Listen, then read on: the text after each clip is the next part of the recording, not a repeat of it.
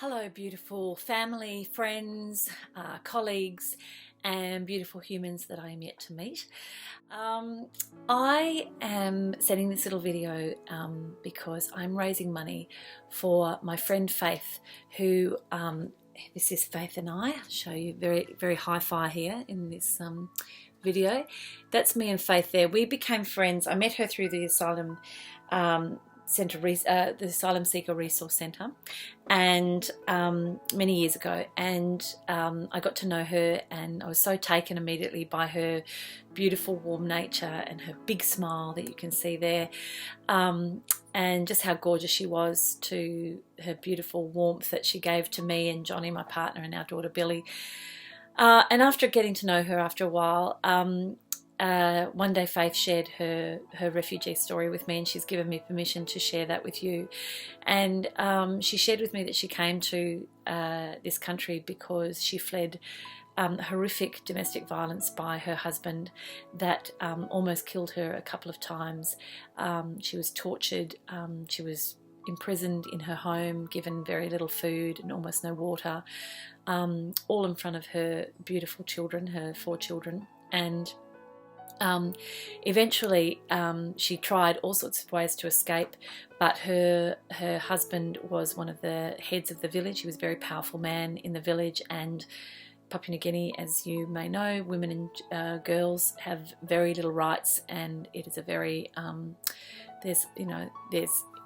basically she just couldn't escape him because he had too much power, and so the police were no help to her.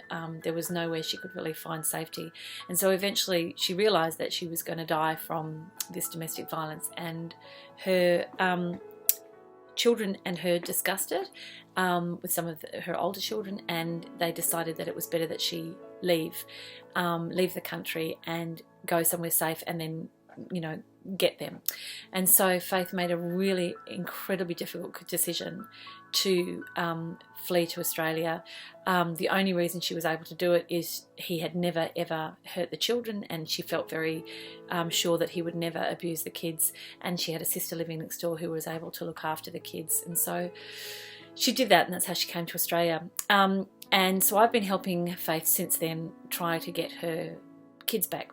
And we've been trying to do it through, just normal sort of things like the legal aid and those sort of areas. But it's just those organisations are so flooded and so incredibly just backlogged that I've been trying for a year with Faith to do that, and it's just it's been come to nothing.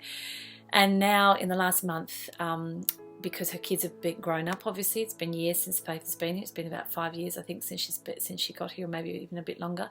In the last month, her daughters are now getting a bit older and they're becoming teenagers, and her ex-husband has started to perpetrate domestic violence on them as well. So Faith, and obviously there's incredible unrest as well in Papua New Guinea with the elections, and people are being slaughtered in the streets. It's just horrific.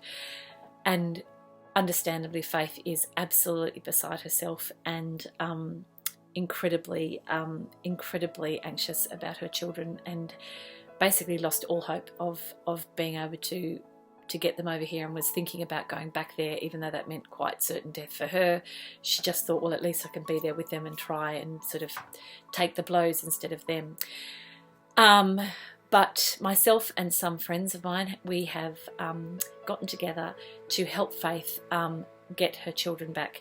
But to do that, we need a lot of money, because it costs a lot of money to actually do this. We need to raise $87,000 to pay for the child visas, to pay for the immigration lawyer, and to pay for to help Faith be able to support her children away from her husband and keep them safe, to get them away from her husband as soon as possible, keep them safe in Papua New Guinea until we can get the money and get the visas through and approved to get them over here.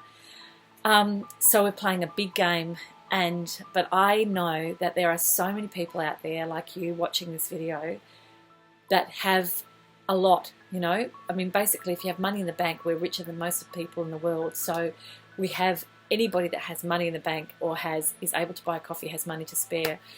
So I'm appealing to all of you to give whatever money you can give to this beautiful human to try and get her reunited with her children and to get those children safe to Australia and to a life that will be so much better for them, and a life that they've only ever dreamed could possibly happen, never really dared to hope for. I think that myself and my community, I reckon we can do this together.